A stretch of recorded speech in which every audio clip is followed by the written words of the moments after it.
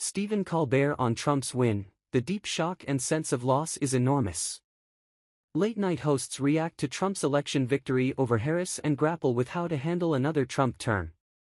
Late-night hosts discuss Donald Trump's victory over Kamala Harris in the 2024 presidential election, sending him back to the White House. Stephen Colbert.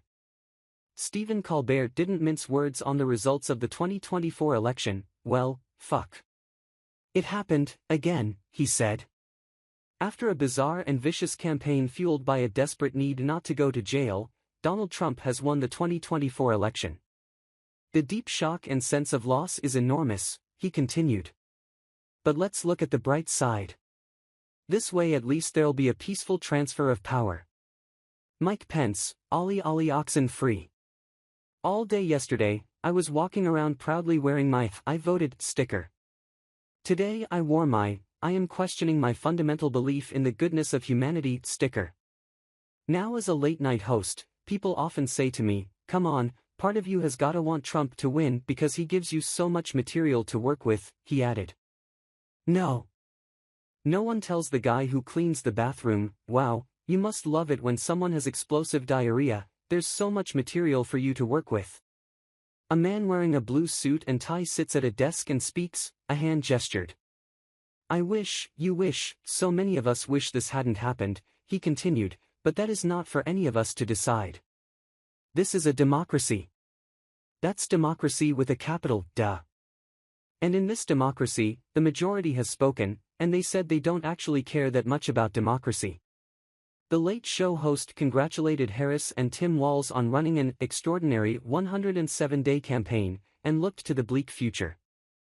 The first time Donald Trump was elected, he started as a joke and ended as a tragedy. This time he starts as a tragedy. Who knows what he'll end as, a limerick? Who knows what the next 4 years are going to be like, he added. What we do know is that we are going to be governed by a monstrous child surrounded by cowards and grifters, and my brain keeps pumping out an unlimited supply of ramifications. It's really hard to see a bright side here.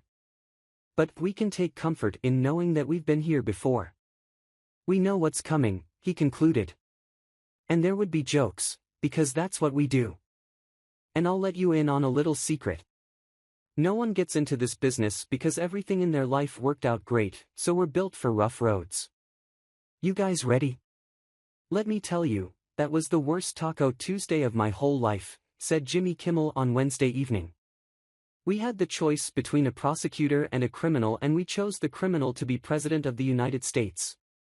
More than half of this country voted for the criminal who's planning to pardon himself for his crimes. I guess this election wasn't rigged.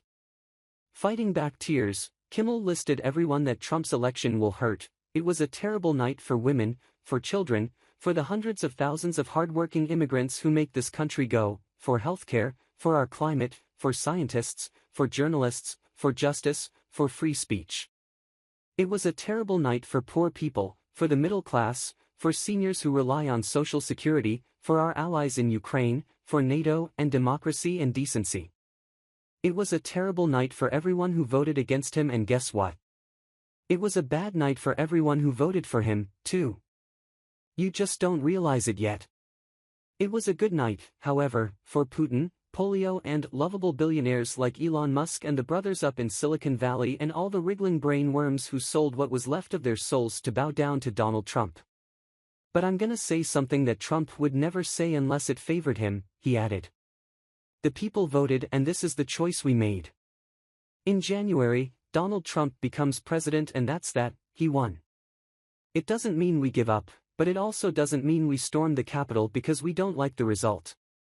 Despite a lot of people not wanting to hear any silver lining, Kimmel endeavored to end on a positive note.